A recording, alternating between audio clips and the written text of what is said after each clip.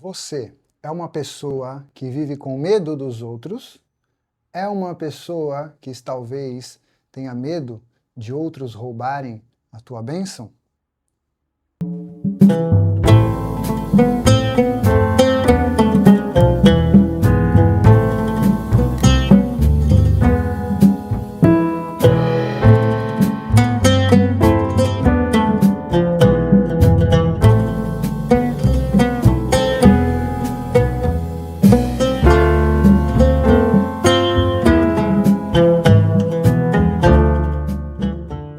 Seja bem-vindo ao canal Vivência e Espiritualidade Judaica. Eu sou Rav Yeshayahu e estamos aqui hoje para uma reflexão acerca da Parashá semanal, porção da Torá, a qual os israelitas, os judeus, leem semanalmente acerca das Escrituras Sagradas.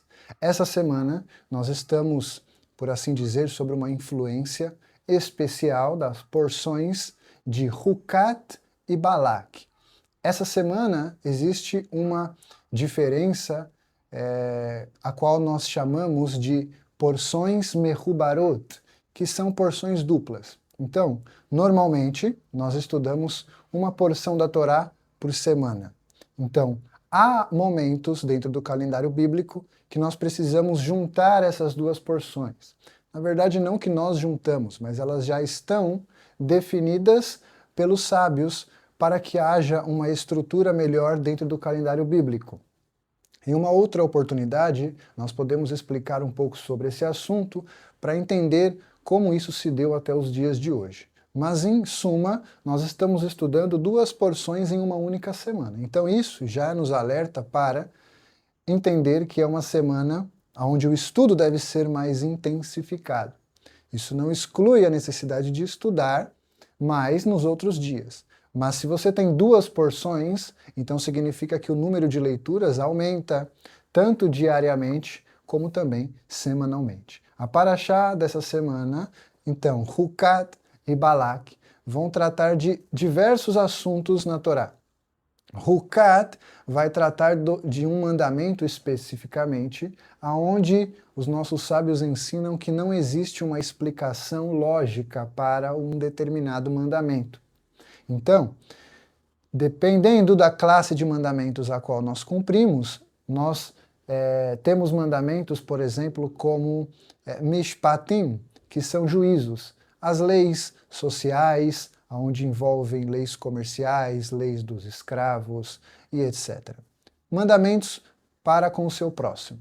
Temos também os edutim, que são testemunhos, que são mandamentos como, por exemplo, o homem usar tefilim, usar tzitzit, a guarda do Shabat, a guarda das festas. São mandamentos que, ao cumprir, você expressa para Deus e também para as outras nações a qual povo você pertence, você dá um testemunho. Agora, Hukim, chamados de estatutos, são mandamentos que os rabinos explicam que não têm uma explicação lógica, pelo menos não aparente. Nós vamos encontrar na tradição oral diversas explicações para alguns mandamentos, mas na sua literalidade, na sua forma original, Deus apenas deu um mandamento e não explicou o porquê. E a Parashá Hukat, ela começa falando sobre um mandamento muito interessante que é sobre a Pará Adumá, chamada vaca vermelha, aonde os sacerdotes oficializavam um tipo de serviço, onde essa vaca deveria ser totalmente vermelha e totalmente queimada por inteira, tanto a sua pele como também todos os seus órgãos internos. Então ela era colocada no altar e queimada inteira. Para quê? Para que pegasse as cinzas dessa vaca, após ela ser totalmente queimada, misturasse em água, e ao misturar as cinzas com a água, você aspergia sobre as pessoas que estavam impuras por ter tocado em um corpo de um morto. Isso é um mandamento da Torá. Pode ser que você não tenha ouvido falar sobre ele ou não conheça, mas é um mandamento que normalmente as nações perguntam assim para o povo de Israel: por que vocês cumprem esse mandamento? Se ele não tem lógica, O povo de Israel, segundo as obras clássicas do Midrash, vai dizer que eles cumprem esse mandamento simplesmente porque Deus ordenou. Então não importa ou não interessa se existe um motivo real para cumprir ele ou não. O fato de Deus ter determinado isto, isso por si só já é suficiente para que nós possamos cumprir um mandamento. Então existem outros mandamentos também, por exemplo, como não passar navalha no rosto, por isso que os judeus utilizam a barba, mas é um mandamento que Deus só fala lá, você não vai passar navalha no rosto, mas não explica o porquê. Mas os judeus seguem isto porque se trata de um mandamento, porque entendem que esta é a vontade de Deus. E aí, como nós temos duas porções, o ensinamento de hoje, o insight, eu gostaria de trazer mais focado na Parashat Balak, que é algo que vai acontecer com o nosso povo, onde Deus ele vai, por assim dizer, brincar com Balak e com Balaão, né? Em hebraico, Bilam, onde eles vão, de uma certa forma, tramar contra o povo de Israel,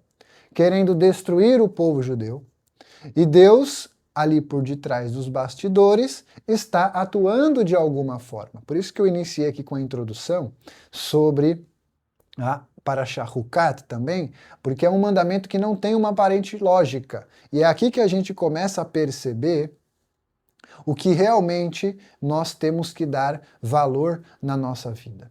Eu iniciei com uma pergunta nesse vídeo falando se você é uma pessoa que vive com medo de outras pessoas, ou se você fica constantemente preocupado se alguém vai, vamos dizer assim, tomar algo de você. Existem também pessoas que passam a vida com medo de perder aquilo que recebeu. E também existem pessoas que passam, por assim dizer, a vida tentando impedir outras pessoas de avançar. Aqui, essa reflexão, ela fica para nós, em primeiro plano, no campo coletivo do povo de Israel. A Torá, ela vai falar do povo judeu.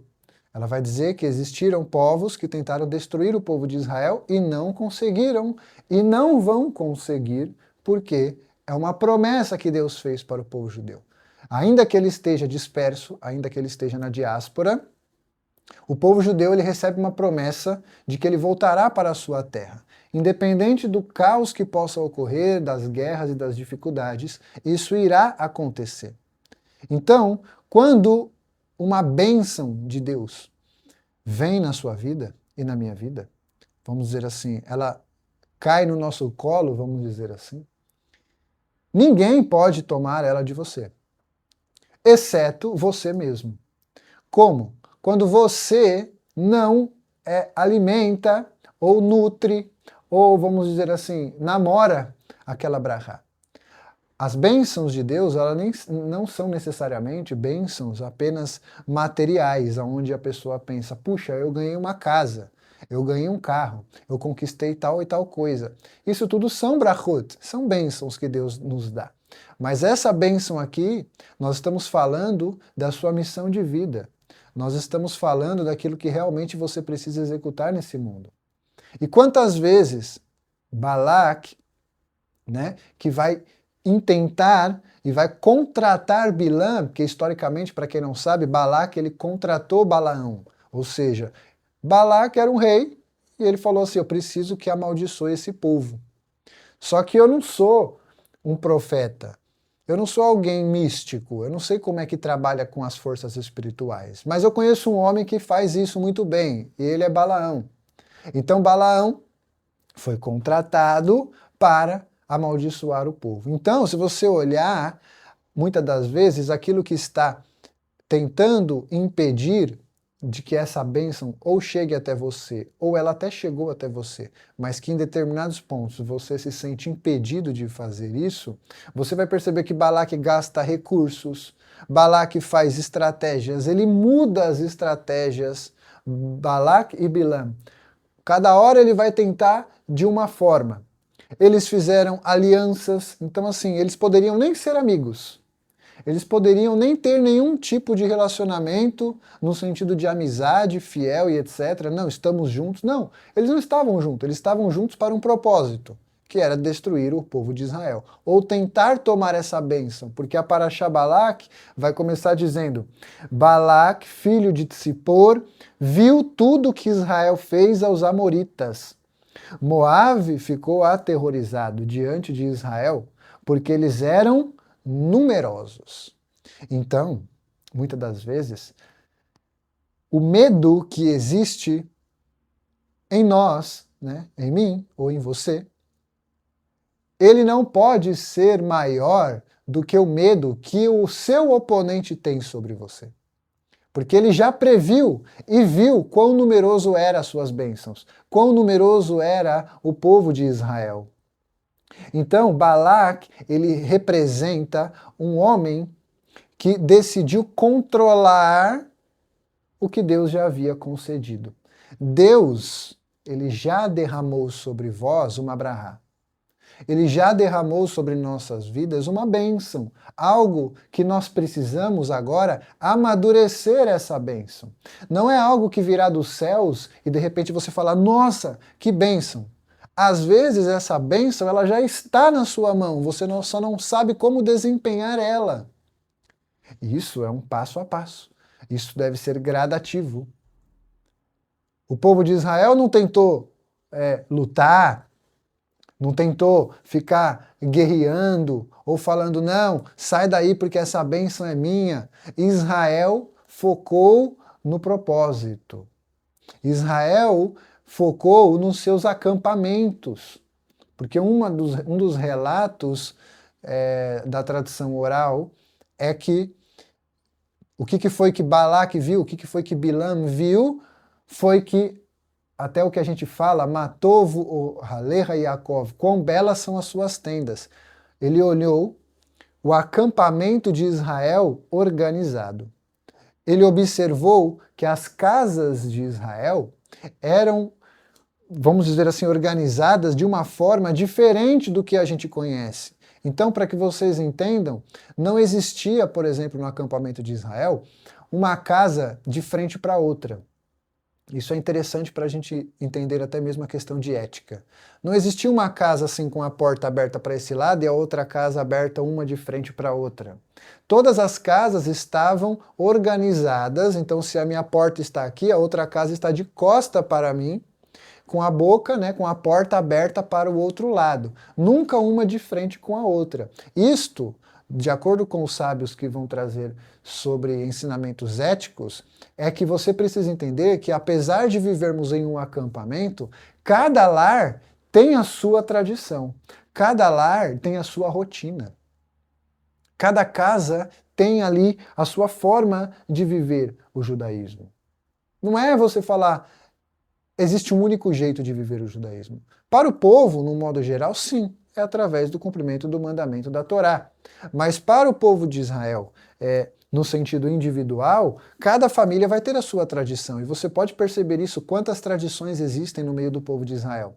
E cada família, cada pai, cada mãe, às vezes decide fazer o Kabbalat Shabbat de um jeito, outro às vezes faz de uma outra forma, todos respeitando a liturgia, mas cada um traz uma dinâmica diferente e isso acaba tornando-se uma tradição. Eu não posso colocar uma casa de frente com a outra, aonde um invada a privacidade do outro.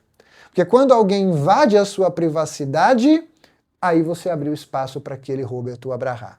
Ele não vai necessariamente roubar a tua brahá, mas ele vai colocar medo em você, não deixando que você execute a sua missão. Esse é o X da questão. Balaque é o controlador. Balaque é aquele que quer controlar aquilo que Deus já decidiu na sua vida. Se Deus já decidiu na sua vida, então você está com medo do quê? De um controlador que vai tentar fazer artimanhas, que vai tentar fazer coisas para te destruir, ou para tentar te deixar triste, ou para tentar fazer alguma coisa, fazer com que você não consiga alimentar e experienciar essa bênção, porque a bênção ela está aí para nós vivermos ela, e não para a gente ficar esperando um dia que ela caia do céu. E de repente eu falo, puxa, que legal essa bênção, agora eu quero outra. Tem pessoas que vivem assim, esperam bênçãos, aí recebe uma bênção de Deus e não avalia aquilo, não namora aquilo. não vivencia aquilo. Ela já passa para trás porque ela quer controlar, ela quer outra bênção. Ela não está satisfeita com a bênção que Deus deu para ela. E então Balaque ou Bilã entrará na vida de uma pessoa assim e colocará medo.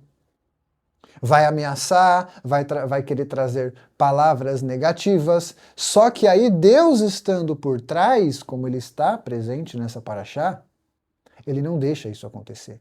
Porque o que acontece com Balaão? Deus muda as palavras de Balaão. Ou seja, mesmo que você, outras pessoas, tentam te amaldiçoar, ainda assim, que no fundo do coração dela, mesmo que ela tenha intentado maldade, o que sairá é uma brahá. Que brahá? Mas se a pessoa me amaldiçoou, como é que isso é uma brahá? Na verdade, ela está cumprindo um propósito e fazendo com que você possa avançar. Fazendo com que você agora possa ser merecedor, vamos dizer assim, porque você conseguiu enfrentar qualquer tipo de luta, qualquer tipo de batalha. Então, tentar controlar aquilo que já está nas mãos de Deus, muitas das vezes gera sofrimento para o outro lado.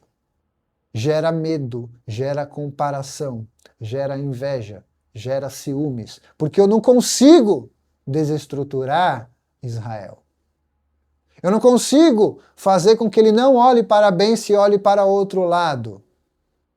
Porque você realmente deve ser alguém fiel. O Midrash vai ensinar que Balaão possuía uma enorme percepção espiritual. Então, de acordo com os sábios, Balaão ele foi um profeta das nações. Ele não foi um profeta nacional no sentido de como foi Isaías, Jeremias, Zacarias, aonde eles disseram, assim diz o Senhor dos Exércitos, né? Ele não foi. Mas ele tinha uma perspectiva e ele mexia com espiritualidade. Ele mexia com misticismo. Ele sabia como manipular em algumas partes a espiritualidade. Só que ele tinha um defeito. Que defeito era esse? Ele tinha uma visão. Porque Balaão viu. Balaque viu. E Balaão, lá no final da paraxá, vai dizer a profecia do homem de um olho só. Aí, e agora? Balaão, segundo os nossos sábios, ele tinha um olho. Então você pode, em primeiro plano, entender isso de uma forma literal. Mas, se a gente for olhar mais profundamente, o Zohar ele vai explicar sobre isso. Balaão ele tinha um olho que é chamado o olho da esquerda. O olho do julgamento. O que é da esquerda? Para quem não entende um pouco sobre os conceitos cabalísticos, a direita é conectado à bondade, à doação, à liberalidade. O lado esquerdo da árvore da vida, ele é comparado ao julgamento, né, ao din, ou à restrição, ou também à disciplina. Ambos os lados eles podem ser bons e ruins, tá? Mas a explicação do Zohar em relação ao olho de Bilam é dito que ele tinha um olho esquerdo e que ele não enxergava o lado bom das coisas. Então Balaão era espiritual? Era. Balaão sabia mexer com as forças espirituais? Sabia. Mas para que propósito ele utilizava isso? Para o mal. Ele não olhava o todo. Ele não enxergava as coisas boas que poderia haver em Israel. Ele enxergava apenas aquilo que era negativo. Então está escrito em Números 22, versículo 12, que está dito assim: Deus disse a Balaão, não vá com eles, não amaldiçoe a nação, porque eles já são abençoados. Aqui está a resposta de Deus para mim e para a sua vida. Deus ele vai dizer para Balaão ou para as forças espirituais negativas, não amaldiçoe esse povo, porque eles já são abençoados. Preste atenção nisso. Você já é abençoado. Não permita que ninguém tome a tua brahá. Não permita. Alimente. Sabe o que eu quero dizer com isso? Que se você tem algo guardado dentro de você, e eu faço uma pergunta, o que você vibra? O que é que está gritando dentro de você? Isso é uma reflexão para que você pense, né? Até não tem como você me responder aqui, porque nós estamos com um vídeo gravado. Se fosse uma live, eu poderia aqui ouvir um pouco o relato de vocês. sobre a experiência de cada um. Em uma outra oportunidade nós iremos fazer isso. Mas o que você está vibrando? O que realmente o seu coração, a sua alma, a sua mente, para onde está apontando essa vibração energética?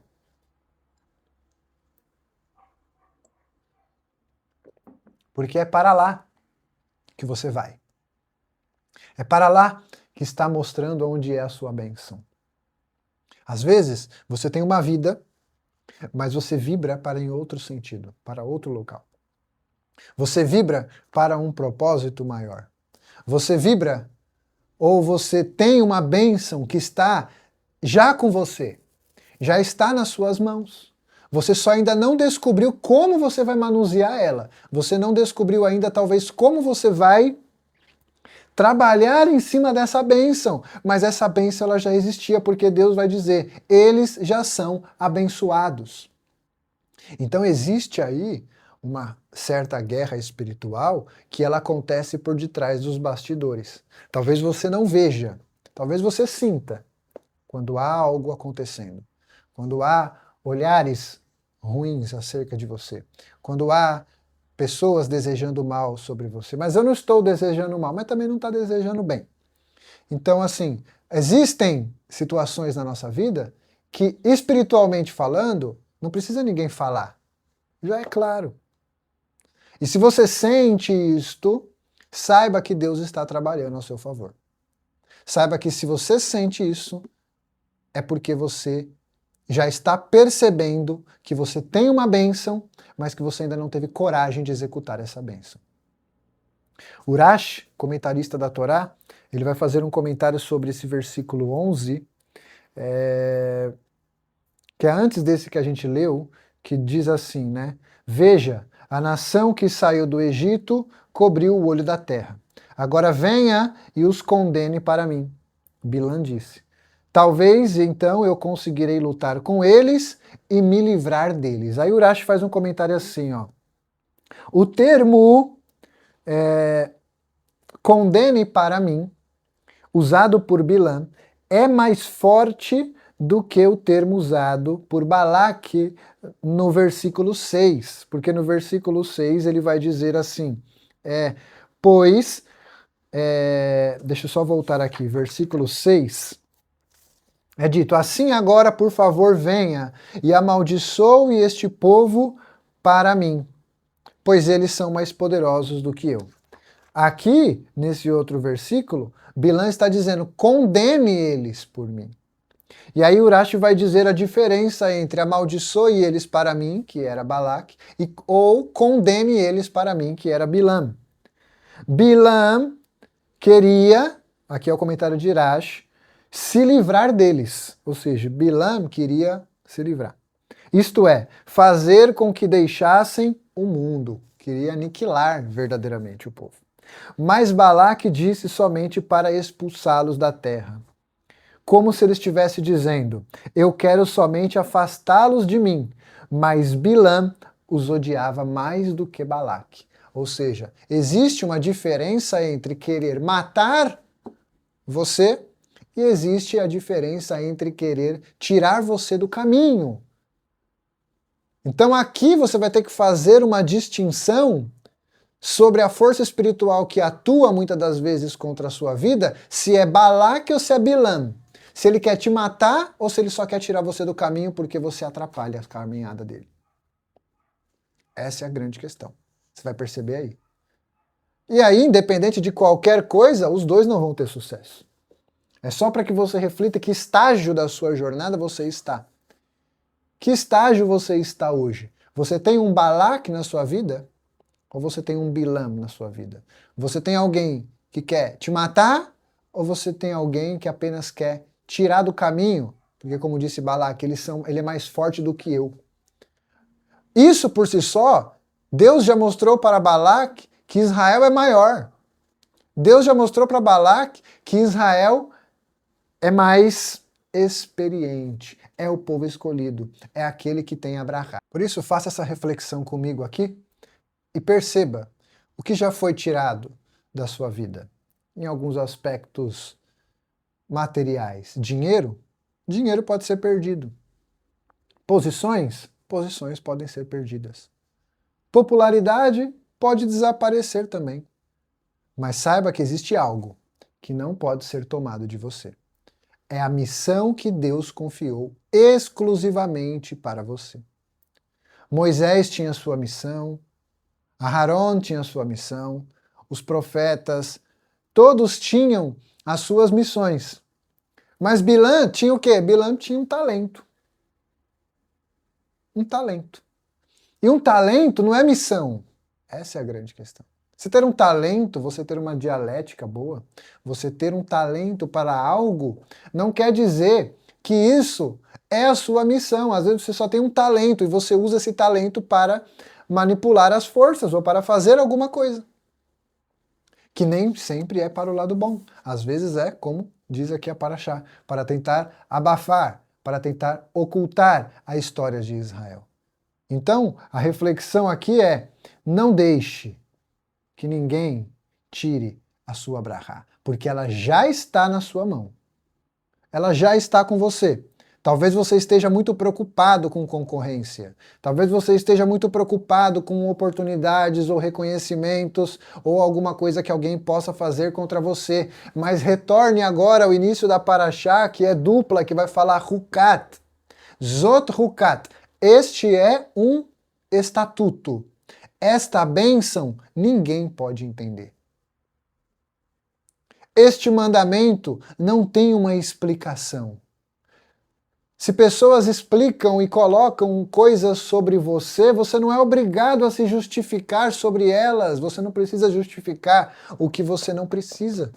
Não precisa, não tem necessidade. Se alguém aponta você como uma coisa, você vai justificar, sendo que você nem é aquilo? Se em algum momento sim precisar, você se justifica. Mas em outros momentos eu posso justificar outras situações. Mas mentiras, ou seja, calúnias, às vezes se defenda. Mas às vezes você não precisa, porque o que você precisa é focar na sua bênção. Talvez se você focar mesmo em ficar debatendo, focar mesmo em ficar se justificando, então aí você está perdendo tempo em vez de atrair realmente aquilo que Deus tem para você. Aquilo que está na sua mão não depende de aprovação de pessoas. O que está na sua mão depende apenas de você. E é esse recado que eu deixo para cada um de nós. Que o Eterno possa abençoar a sua vida. Desde já, eu desejo um Shabbat Shalom, uma boa preparação para o Shabbat. Se você quiser ajudar a contribuir com esse trabalho, ajude-nos compartilhando esse vídeo. Ajude-nos deixando esse like, comentando aqui um pouco da sua experiência, porque eu sei que muitas vezes as pessoas fazem comentários nos vídeos e isso faz parte de experiências de outras pessoas. E eu estou aqui para poder responder vocês. Se vocês tiverem dúvidas, quiserem aconselhamentos, pode me consultar, pode falar comigo, porque eu estaria à disposição para ajudá-los. Aquilo que está vibrando em mim, com certeza também está vibrando em você. E é por isso que esse canal nasceu, para que nós possamos nos conectar. Que o Eterno abençoe a todos, um grande shalom e até o próximo vídeo.